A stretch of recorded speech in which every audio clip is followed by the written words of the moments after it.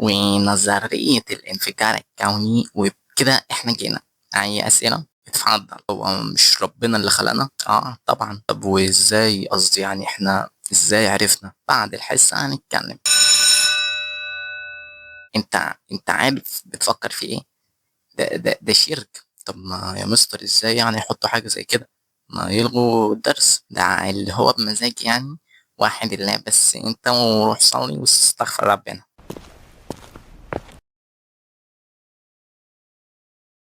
ذرية الانفجار الكوني، وبكده احنا جينا. انت.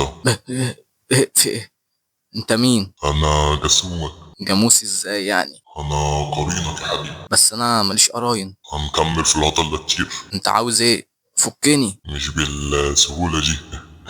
انت جاي معايا مشوار صغير. طب يلا بسرعة عشان نروح المشوار. لازم نقول كلمة السر. ايه هي طيب؟ لايك، اشتراك، جرس. لايك، اشتراك، جرس. No way, free cute. ايه ده كمان؟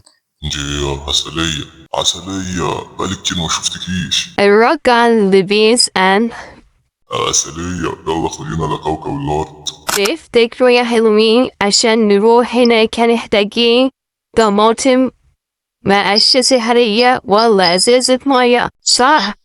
مقشة سحرية. يلا كله بصوت عالي. مقشة سحرية. مقشة سحرية. شايف الست اللي هناك دي؟ اه مالها؟ خليها تميل. دي امي وهي صغيرة. ايوه بالظبط كده. والراجل اللي هناك ده؟ ده بابا ده نفس المكان اللي اتقابلوا فيه ويعرفوا بعض. تفتكر انا جبتك هنا ليه؟ انت لسه هتبحلق لي؟ ده القدر ايه ما تعرفوش؟ ايوه بس يا استاذ لابد ان أبدا تنفيذ حكم الإعدام إلا أن يصل اليقين.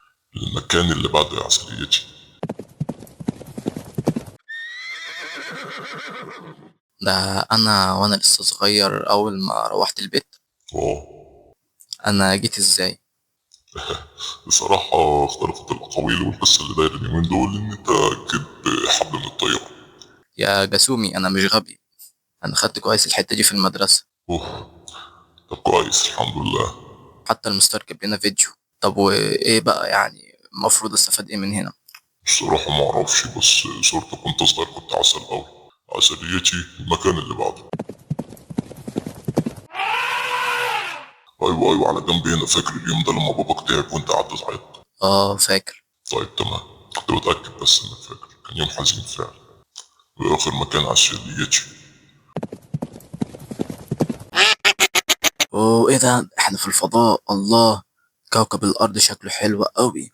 شفت. اتوقع بعد كل ده انفجار الكون هو اللي خلق العالم ده. الصراحة يا استاذ جاسومي لا مش مقتنع. بس ليه ما اقتنعش؟ ده علم لازم يبقى صح على طول. يا ابني العلم هو اللي بيرقي الإنسان اجتماعيا في الهرم الطبقي بس.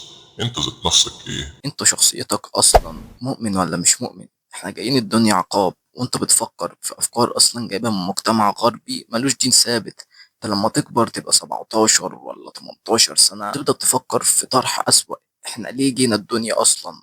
وفي حاجة اسمها ربنا، وده بحد ذاته شرك. اول ما الفكرة دي او ما اشبهها تجيلك استغفر ربنا، ما تخليش الشيطان يكسبك ابدا. انا حاولت الحقك واقول لك اسمع بودكاست عن بداية الخلق، اسمع وانت في الجيم وانت بتذاكر. اظن انك كده فهمت انا اقصد ايه، صح؟ اسيبك بقى تكمل له.